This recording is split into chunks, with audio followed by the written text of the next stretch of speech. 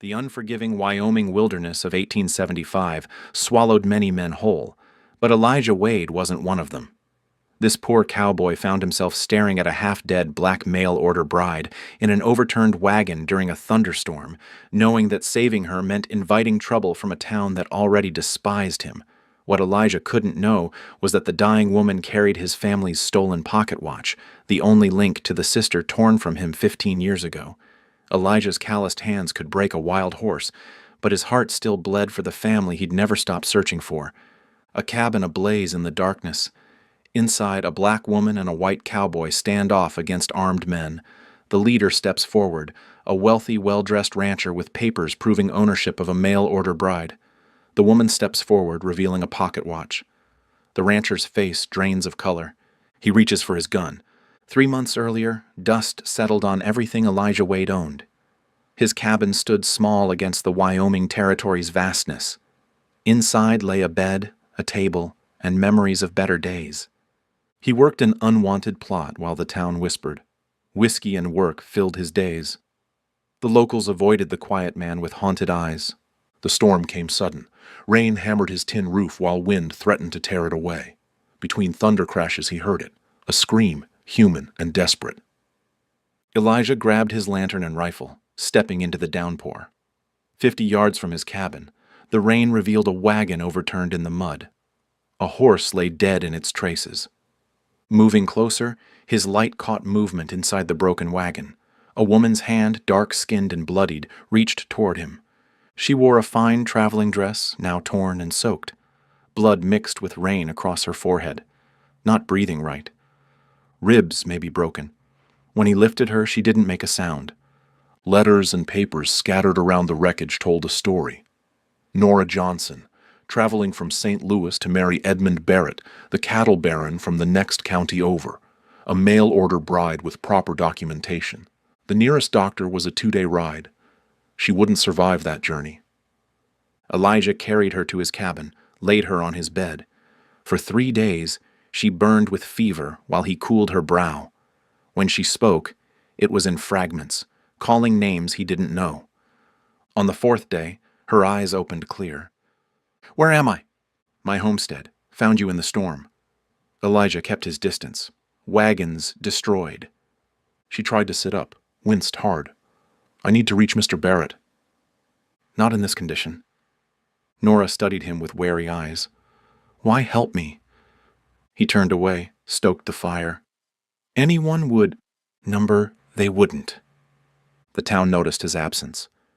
Elijah rode in for supplies, found men gathering at the general store. Conversation died when he entered. "Need medicine," he told the shopkeeper, "and bandages." The man squinted. "You ain't hurt?" "Got someone sick at my place." Sheriff Miller stepped forward from the group, tall man with a star pinned crookedly to his vest. "Heard you're harboring a colored woman out there, Wade." Elijah kept his face still. "Found someone hurt in the storm." "That someone belonged to Barrett?" The sheriff leaned closer. "Because word is he's missing a mail-order bride, offering good money to whoever finds her. She's hurt bad, can't travel." The shopkeeper pushed supplies across the counter. "No credit this time." Elijah emptied his pockets. "This cover it?" "This time." The man's eyes were cold. "Best not make trouble for yourself, Wade." Back at the cabin, Nora sat propped against the wall, color returning to her face. She watched him unpack the supplies. "They gave you trouble." Elijah shrugged. Nothing new. That night, her fever returned. She thrashed in the bed, calling out names in her sleep. Elijah kept the fire burning, changed the cool cloth on her forehead. When she quieted, he checked her traveling trunk for a nightdress, something to replace her ruined clothes. Inside, beneath carefully folded garments, his hand found something hard and round. A pocket watch, gold with an engraving on the back. His hands shook as he turned it over. A tree with roots that spelled out Wade in intricate script. His father's watch. The one he'd given his sister before their family was torn apart 15 years ago. Elijah stared at Nora's sleeping face, seeing it now with new eyes, the shape of her jaw, their mother's high cheekbones. He returned the watch carefully, closed the trunk, sat by the fire until dawn broke. A telegram arrived with the morning sun. The delivery boy looked nervous on Elijah's porch. "Sheriff asked me to bring this." He thrust the paper forward. "It's from Barrett. Reward for return of mail-order bride. Stop $500, stop likely injured in storm." Stop. $500. Enough to save his failing homestead. Enough to start fresh somewhere else. Nora appeared in the doorway behind him, wrapped in his blanket, still weak but standing. "Is that about me?" Elijah crumpled the paper. Nothing important. She studied his face. "You're a poor liar, Mr. Wade. Barrett's looking for you, offering reward money." Her shoulders tensed. You need that money. Not that bad. For a week they existed in careful balance. Nora gained strength daily, helping with small tasks around the cabin. They spoke little but watched each other when they thought the other wasn't looking. Elijah saw how she traced the grain of his wooden table with delicate fingers, how she hummed while washing dishes, how she stared at the horizon each evening. The search parties started the second week, riders crossing his land, watching his cabin from distant ridges. Barrett's men, looking for the woman who never arrived. Elijah took to keeping his rifle closer. "Why haven't you told them I'm here?" Nora asked one night over a simple supper. "You need that money. Where I'm from, people help each other." "And where is that?" Her eyes studied him carefully. "Georgia, before the war." He kept his focus on his plate. "Born on a plantation near Savannah." Her spoon stopped midway to her mouth. "You were enslaved." A nod. "Me too. In South Carolina." She set her spoon down. "Lost my whole family when I was 9. Sold apart." Elijah met her eyes across the table. "My family too." The pocket watch burned in his mind. The chance too remote, yet her face carried shadows of his mother's. Nora reached for her tea. "After freedom came, I worked as a seamstress. Then saw Barrett's advertisement for a bride."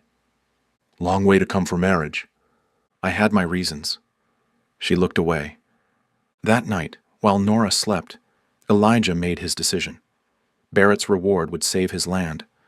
But the pocket watch demanded answers. He'd protect her until she was fully healed. Then learn the truth. About the watch. About her connection to Barrett. About the possibility that sat like a stone in his chest. The sister he'd lost might be sleeping under his roof. Outside, Barrett's men watched from the ridgeline, waiting. Spring came slow to Wyoming. The ground beneath the cabin thawed by inches, revealing itself in stages like a cautious woman. Nora's strength returned with the warming days. First, walking the cabin's length, then to the barn and back. Soon she joined Elijah for morning chores. Her hands were not soft. They knew work. She gathered eggs while he milked the thin cow, split kindling while he chopped logs. Neither mentioned Barrett's reward or the pocket watch. One morning she studied his failing crops. "Your furrows run wrong for this land." Elijah leaned on his hoe. "How so?" "Water pools here." She pointed to muddy depressions. "Should cut channels crossways." That afternoon they replanted together, soil under fingernails, sun on backs. The work carried its own intimacy. She knew farming, knew which seeds needed what soil, where to place stones to slow water flow. Knowledge passed through generations. At night they circled each other with quiet courtesy. He slept on a pallet by the fire. She took his bed despite protests. They ate facing each other across his rough table. "Your family?" he asked one evening. "Any survive?" Nora folded her hands. "Mother died before the war ended. Father and brother were sold years before that." "Where?" "Don't know. Owner kept father's pocket watch, though. I took it when I left." Elijah's spoon froze midway to his mouth. "May I see it sometime?" Her eyes narrowed. "Why?" "Just curious about craftsmanship." She changed the subject. Barrett's men still rode the boundaries of Elijah's land, their presence a constant reminder. 4 riders now, watching the cabin from different positions each day. In town, the whispers grew louder. The store clerk refused service. The blacksmith doubled his prices. Only the widow Parker showed kindness, slipping extra coffee into his sack. "They're planning something," she whispered. "Barrett's offering more money now." The sheriff found Elijah loading supplies. "Wade, this has gone on long enough. She's still recovering. She belongs to Barrett, legal and proper. People don't belong to people anymore." The sheriff spat. "He paid for passage, has the contract. That colored girl is his by rights, and you're interfering with a man's property." Elijah's hand tightened on his rifle. "She'll leave when she's ready." That night, a storm rolled in from the mountains. Not rain, but electricity. Dry lightning splitting the sky open, the air thick with tension. Nora stood in the doorway watching nature's display. Light flashed across her face, revealing expressions Elijah couldn't interpret. "Reminds me of when you found me," she said. He joined her, keeping careful distance. The charged air made his skin prickle. "Why haven't you taken the reward?" she asked. "You need money. Same reason you haven't walked to Barrett's yet." Her eyes met his, lightning reflected in them. "And what reason is that?" The question hung between them, heavier than the thunderheads above. A sudden crack split the night. Not lightning, but a fallen tree branch against the roof. Nora startled, instinctively gripping Elijah's forearm. They stood frozen, her hand on his arm, his breathing suddenly shallow. She didn't remove her hand immediately. When she did, her fingers trailed down his sleeve. "I should check the roof," he said. "I'll help." They worked in the storm's flashing light, passing tools without words, her steadying the ladder while he cleared debris. Partners in this small emergency. When rain finally broke, they rushed inside, soaked through, laughing in the way people do when tension breaks, the cabin suddenly too small for their awareness of each other. Elijah stoked the fire while Nora changed behind a blanket hung for privacy. The pocket watch weighed on his mind, the questions he couldn't ask directly.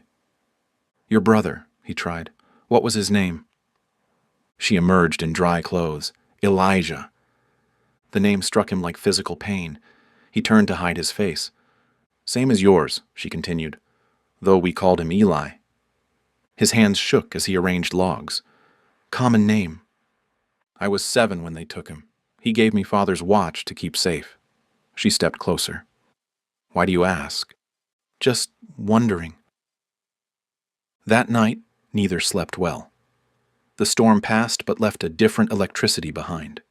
Questions unasked, suspicions unconfirmed. Morning brought unwelcome clarity.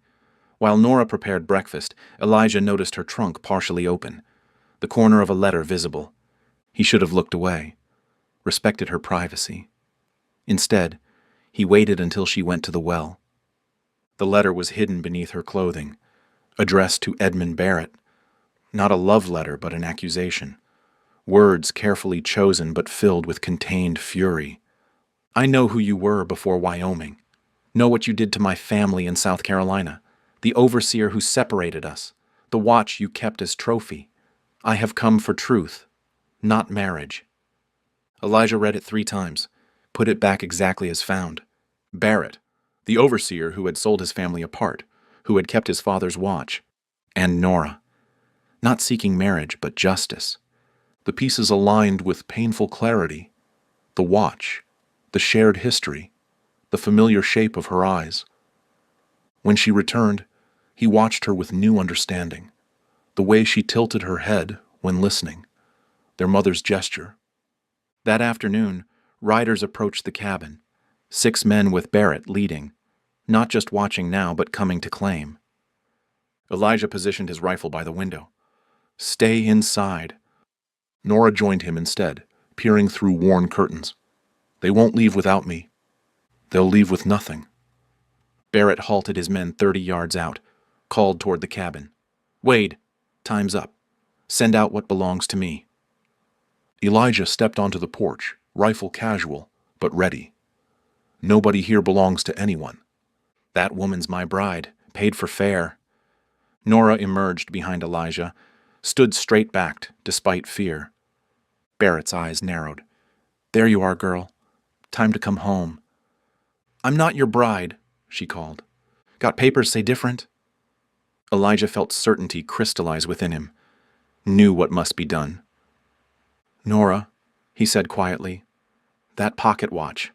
I need to see it." She looked at him sharply. Understanding dawned in her eyes. "You know, show me, please." She disappeared inside while Elijah kept his rifle trained on the waiting men, returned with the gold watch in her palm. He didn't need to examine it closely. The tree with roots forming their name, his father's most prized possession. "That watch belonged to my father," he said. "I gave it to my sister before we were separated.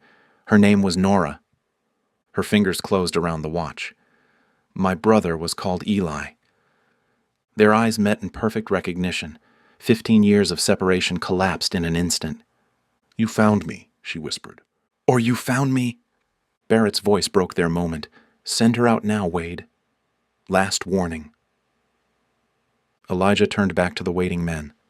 His sister stood beside him now, the truth between them bright as lightning. "You should see this watch, Barrett," he called. "Might recognize it." Barrett's men withdrew that day, not defeated, but regrouping. The predator backing away to consider new angles of attack. Elijah and Nora sat at the table until dawn. 15 years of separation spread between them like scattered photographs. Each memory examined, compared, verified.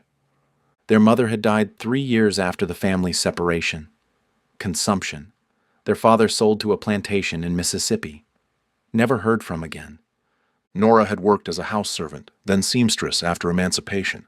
Elijah had escaped north, fought for the Union, drifted west seeking anonymity. Both had carried the same wound. Both had adapted around it like trees growing despite lightning strikes. "How did you find him?" Elijah asked as morning light filtered through the cabin windows. She rubbed the pocket watch with her thumb. Overheard 2 men in St. Louis, describing Wyoming's cattle baron Barrett, his distinctive scar, the same man who'd been overseer on the Wilkinson plantation. "When we tried to run, when Father tried to buy us free." Her jaw tightened. "Barrett took the money, sold us anyway, kept Father's gold watch." "And you came west to confront him." "To make him remember." She looked down at her hands. "To make him face what he did." Elijah stood, paced the tight confines of his cabin. "He'll come back with more men." "Then we need evidence." They formed their plan between chores, between rebuilding the life that had been stolen from them. Elijah wrote letters to contacts back east, former Union soldiers who kept records of plantation overseers known for cruelty, names, dates, documented sales. Nora crafted a careful timeline. Barrett's movements after the war, his rapid rise in Wyoming territory, properties acquired through means that wouldn't withstand scrutiny. The general store closed its doors when Elijah approached. The blacksmith threatened his horse, but the widow Parker slipped him information with his supplies. "Barrett wasn't always Barrett," she whispered. "Came here right after the war. Different name then." "What name?" "Wilkins. Samuel Wilkins." She glanced around nervously. "Changed it after some trouble in Denver." Elijah and Nora added this to their growing documentation. A case built piece by piece like a cabin in hostile territory. The town doctor finally came when Nora developed a cough. An older man with tired eyes and a medical bag worn at the corners. "Inflammation of the lungs," he diagnosed. "Not serious, if treated properly." He left medicine and instructions, gave Elijah a long look before mounting his horse. "You're playing a dangerous game, Wade." "Just trying to live." "Not in this town you aren't." The doctor adjusted his hat. "Barrett owns half the county, judge included. Justice isn't always through courts." 3 days later, Elijah rode to Fort Laramie. The Army kept records, tracked troublemakers who moved between territories. Captain Jenkins had served with Elijah during the war. The fort stood against Wyoming's massive sky like a statement of intent. Men in uniform moved with purpose, a world with clear rules. Captain Jenkins' office was spare, a desk, a map, a man whose beard had gone gray since Elijah had seen him last. Wade. He extended a hand. Long time. Need information, Captain. Man named Edmund Barrett. The cattle baron? Before Wyoming, when he was Samuel Wilkins. The captain's eyes narrowed. Official request? Personal. Records were produced. A thin file documenting Samuel Wilkins. Complaints filed in Denver. Assault charges dropped. A warrant never served. Jenkins watched Elijah read. Why dig this up? He separated my family. Sold us apart. The captain nodded slowly, understanding the weight behind the simple words. Take copies. Nothing official. Back at the homestead, Nora had fashioned the cabin into something almost like a home. Curtains from old flour sacks, a carved wooden spoon, small touches against vast emptiness. They spread their evidence on the table. A case built from fragments, Barrett's true identity, his crimes in South Carolina, documented sales records with his signature, the pocket watch connecting everything. Not enough for a white man's court, Nora said. Not taking it to court. They worked their strategy like they worked the land, methodically, with attention to detail, preparing for the confrontation they knew would come. Barrett made his next move a week later, not with men, but with law. The sheriff rode up alone, paper in hand. Eviction notice, Wade. Barrett owns this land. Elijah took the document. Legal words arranged to justify theft. Been paying my lease for 3 years. Says here you're behind. The sheriff didn't meet his eyes. Judge signed the order. How much Barrett pay for that signature? 3 days to clear out? After the sheriff rode away, Elijah and Nora stood in the yard, the homestead small against the vastness of Wyoming sky. He's forcing our hand, she said. Good. That evening, a rider approached from town. Not one of Barrett's men, but the widow Parker's son. Young, nervous, handed over a note before galloping away. Barrett knows who she is. Doctor told him everything. Coming tonight with men. Night fell across the land like a curtain dropping. Elijah cleaned his rifle by lamplight. Nora gathered their evidence into a leather satchel. No words needed. The time for talking had passed. They positioned themselves for what was coming. Rifle by the window, back door unbolted for escape if needed. The pocket watch on the table between them. Nora touched Elijah's arm. If this goes wrong. It won't, if it does. Her fingers pressed into his sleeve. Finding you was worth the journey. Hoofbeats broke the night's silence, many horses moving at a walk, deliberate, unhurried. Lamplight revealed Barrett leading 12 men, some armed with rifles, others carrying torches. Barrett himself rode forward alone. Wade! His voice carried clearly through the night air. Send out my property now. Elijah stepped onto the porch, rifle held ready but not aimed. Nothing here belongs to you, Barrett. Or should I say Wilkins? The name landed like a stone in water. Ripples of confusion among Barrett's men. Barrett's face hardened. Don't know what you're talking about. Samuel Wilkins, overseer on the Wilkinson plantation. Elijah's voice remained steady. The man who sold my family apart after taking my father's money. Motion behind him. Nora emerged from the cabin, the pocket watch dangling from her hand, catching torchlight. Remember this, Mr. Barrett? She held it higher. My father's watch, the one you kept after selling us. Barrett's men exchanged glances. This wasn't the simple recovery of a mail-order bride they'd been promised. That woman's mine by contract, Barrett insisted. This colored man's filling her head with lies. We have documentation, Elijah called. Your real name, the sales records with your signature, warrants from Denver. The doctor pushed his horse forward from among Barrett's men. I told you, Barrett. They've been investigating you. Nora's eyes narrowed. You told him everything. Had to. The doctor wouldn't meet her gaze.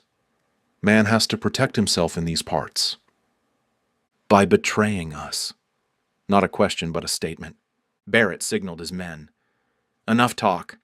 Take them both.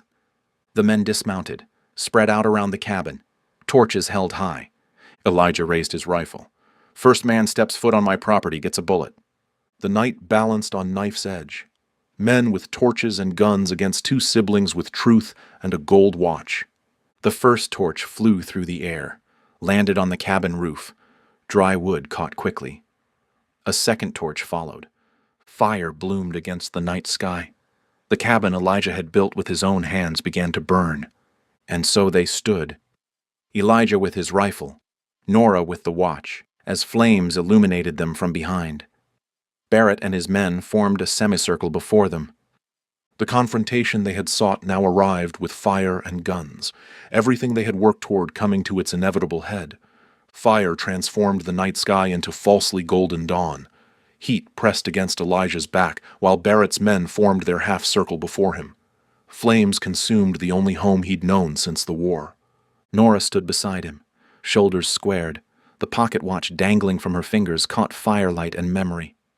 "Last chance, Wade," Barrett called over the crackling flames. "Step aside." "She's my sister," Elijah's voice carried across the yard. "The girl you separated from our family." Murmurs rippled through Barrett's men. This wasn't the simple retrieval job they'd expected. Barrett's face hardened. "Doesn't matter who she claims to be. I paid for a mail-order bride." "You paid for a lie." Nora stepped forward. "I came west for justice, not marriage." The satchel of evidence lay at Elijah's feet. Documentation gathered piece by painful piece. Everything connecting Barrett to his former identity as overseer Samuel Wilkins. "We know what you did," Elijah said. "In South Carolina. In Denver."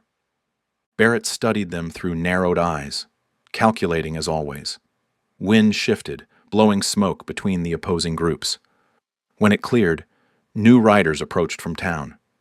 The sheriff and 3 deputies, law arriving at the moment of lawlessness. "What's happening here?" Sheriff Miller demanded, taking in the burning cabin. Barrett gestured toward Elijah and Nora.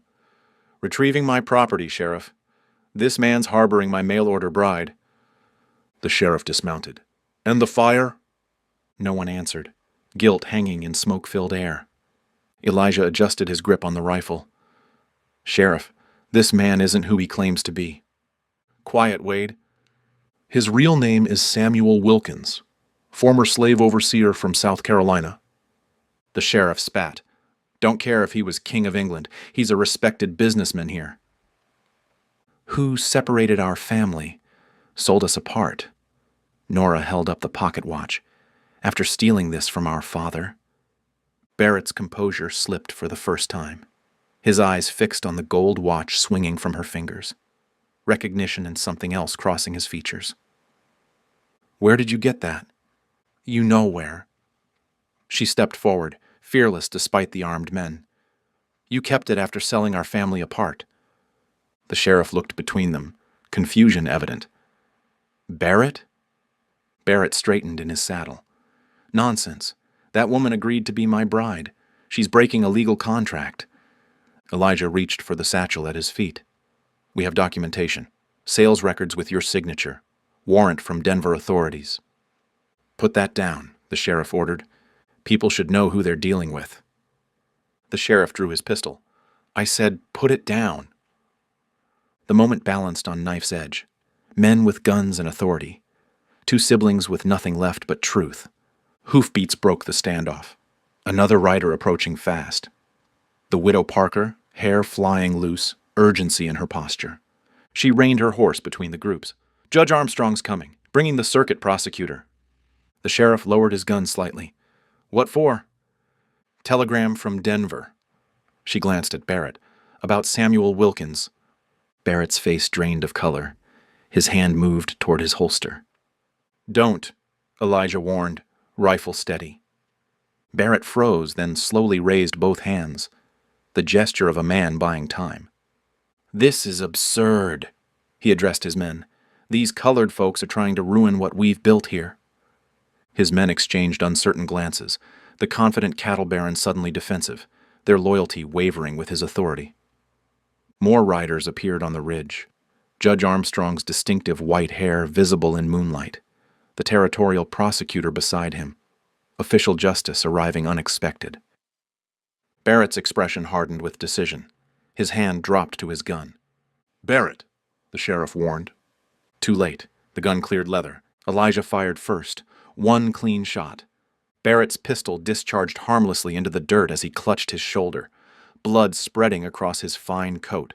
Not fatal, but definitive. The night held its breath. No one moved. Judge Armstrong's party reached the scene. The judge took in the tableau with practiced eyes.